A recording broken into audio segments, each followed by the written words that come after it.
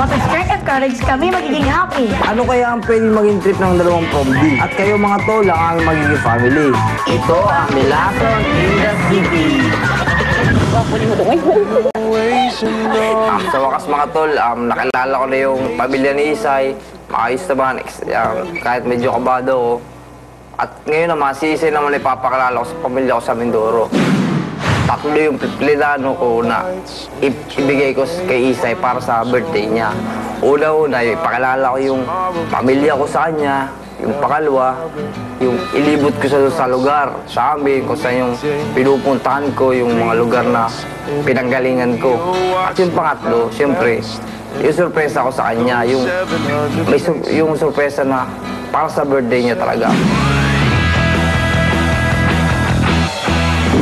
Huwag kumantok na ako nantok. Sabi ko yung nantok lang ako, hindi mo na kumantok. Ito si Mami at si Daddy mukhang cool na cool. Pero di nila alam, over na sila sa pagka-late sa Aurora.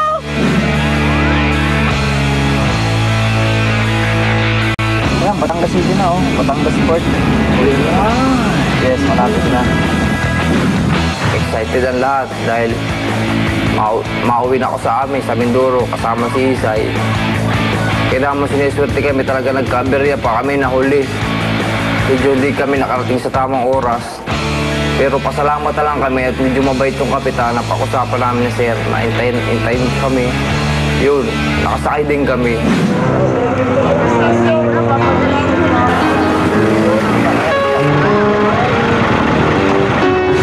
Daming fans ni Mami at ni Daddy. Ako kaya, meron. Ari na huli. Ari na. Anong usapan ni Sir eh? Ayun na, ayun lang hinihintay. Alas 10. Wala, pagkatapos rin, wala na po. Wala na.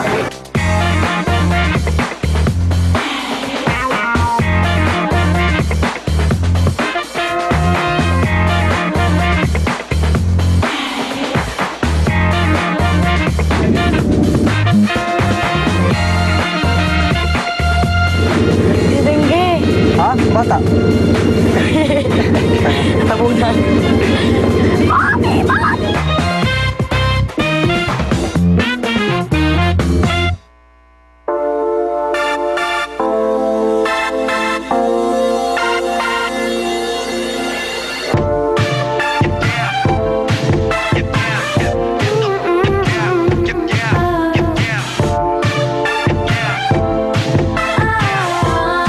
Ito na pinangarap na salubungin ako dito sa amin, lugar ko ito. Para si Paulzy.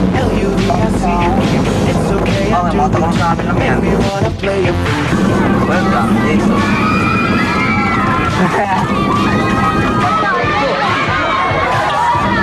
Parang bahay niyo, feeling mo naman talaga. Anong maganda malitang yan? Pinaganda yan. Ako nililis o tinabas lahat ng mga... Alam na alam ko yan.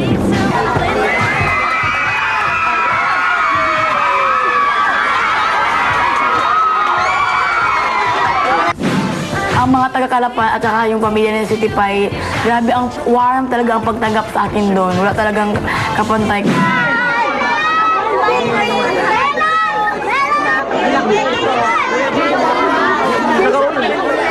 Ano talaga?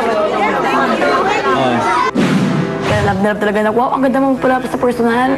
Ate Mele, yung mga pamangkin niya parang, nakakataba naman ng puso. Kahit napayat ako. Sa amin, talagang napakakaiba ng ambiance dahil yung mga tao para sabik na makita ko. Tsaka ang daming pagkain. First time ako nakakita sa amin ng gano'n, ang daming pagkain na napakasasarap. Sabi ko, napakaisa mo talaga dito, talagang napakalaki ng pagbabago.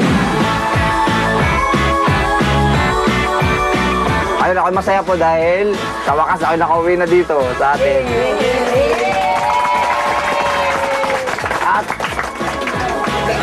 At nakita ko lang kayo dahil sobrang miss ko na kayo talaga lahat. Lahat yan, lahat. Sobrang miss ko na, pati yung lugar namin. Ha? Okay. Ngayon lang yung nagkagaya pagkain.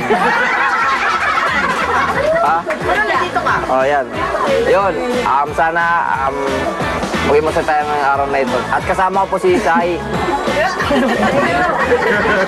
Ang aking girlfriend. Hello po. kinakabahan talaga ako nung pagdating ko sa bahay na si Tipay, lalo na yung sa kainan na, lalo na yung pinaspeech ako, sobrang talaga ang pagkakabahan nun. Kasi isipin mo naman, family yun ni si Tipay, kaya sino naman hindi kakabahan nun, diba? Baka isipin, baka sabihin nila hindi ako marunong mag-speech. Kaya mo ka talaga over pagkaya ko, pero kailangan ko talaga mag-speech. Thank you po sa inyong lahat sa pagdalaw sa aming kasal.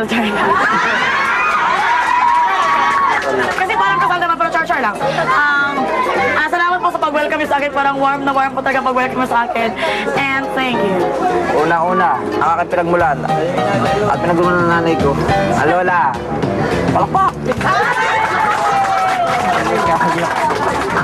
Opo na. Wala. Gusto niyo matagal siya mag-buwan. At ang aking lolo na napaka faithful. Hindi yan seloso. Ayan. Ayan. Char. At ang aking kaisay sa akin na. Tama na kayo ng puto talaga.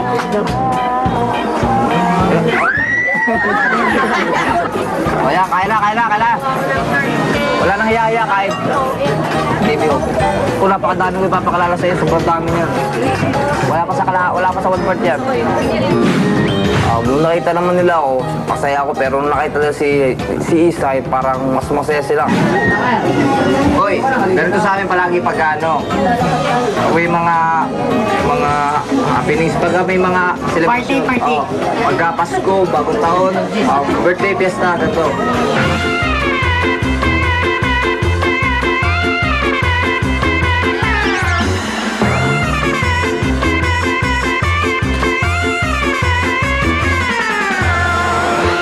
Tapos yung kainan namin, nagkaunti ng mga games sa mga pinsan ko kasama si Isay. Pagod ang lahat siya. Nagpahinga muna siya, talagang pagod siya sa biyahe. Naisip ko na mag-skip muna ako sa kanya habang tulog siya para kausapin ko yung mga barkada ko na anong plano natin, tulungan ako sa plano namin para sa kanyang birthday. Pabili po. Anong ginagawa mo dito? Anong balak mo? Dumaan tol ako sa Saan ka tol galing? pinanggalingan ko. Galing? Sana matanggap niyo pa ako, tol. Ano naman, Sin? Tol, mas masaya nga ang ano. Mas masaya. Buhay at gusto yung buhay dati. Masarap yung buhay dati kasi walang pasta doon. Ang bailaan. Tol, di pa mo kumakain. Hintay ka namin dito. O sige, ano kung gusto niyan? Kain, no? Soft drinks nga, soft drinks. Kukuntubahin ko kayo. Oh. Tapos, Dito ba kayo? Magkano sa amin yan? Magkano sa amin? May talo na yun, taka. kung kailangan ko ng tulong nyo. Seryoso ha? Kailangan, kuntsabahin ko kayo doon sa bundok. Ako yan, nakipagpintukan tayo sa ano. Tapos, dadalhin ko sa doon, may surprise ako doon. Take lang naman, saka yung parang advance happy birthday. Kunya, dapat ma-surprise siya, kailangan, hindi nyo alam kunyari. Yung parang bigla, oh, ano to? Ano to? Ato yung isa lalabas ng bawal sa mga alaman ng gayon. Oo, yung kayo kala, happy birthday. Tapos masigla, kailangan masigla. Tapos, ano bang ano? Ayun, kailangan pasayahin natin siya. Isay. Tulong. Mamaya, pakilala ko sa'yo pag-isip mo sa surprise. Isay yung ano? Surprise. Ayun, ayos na lahat. Parang set na, nakausap ko na sila. Alam na nila taba kung ano yung mga plano namin na gawin kay Isay. Pero simula pa lang yun ang mga plano ko sa kanya. May mga sikreto pa rin ako. Siyempre, may mga bawod na ako na pasunod pa sa kanya sorpresa. So, makita school ko. Sa Marin. Parang ikaw sa'yo. College. College pa rin. Yan, dito kami natambay. Dito sa ilalim, napunta din ako. Ito kaso namin, tingnan mo, wasak. Parang hindi mo lang ito nabati sa weekend. Ako naman, kasi ulo galit ka.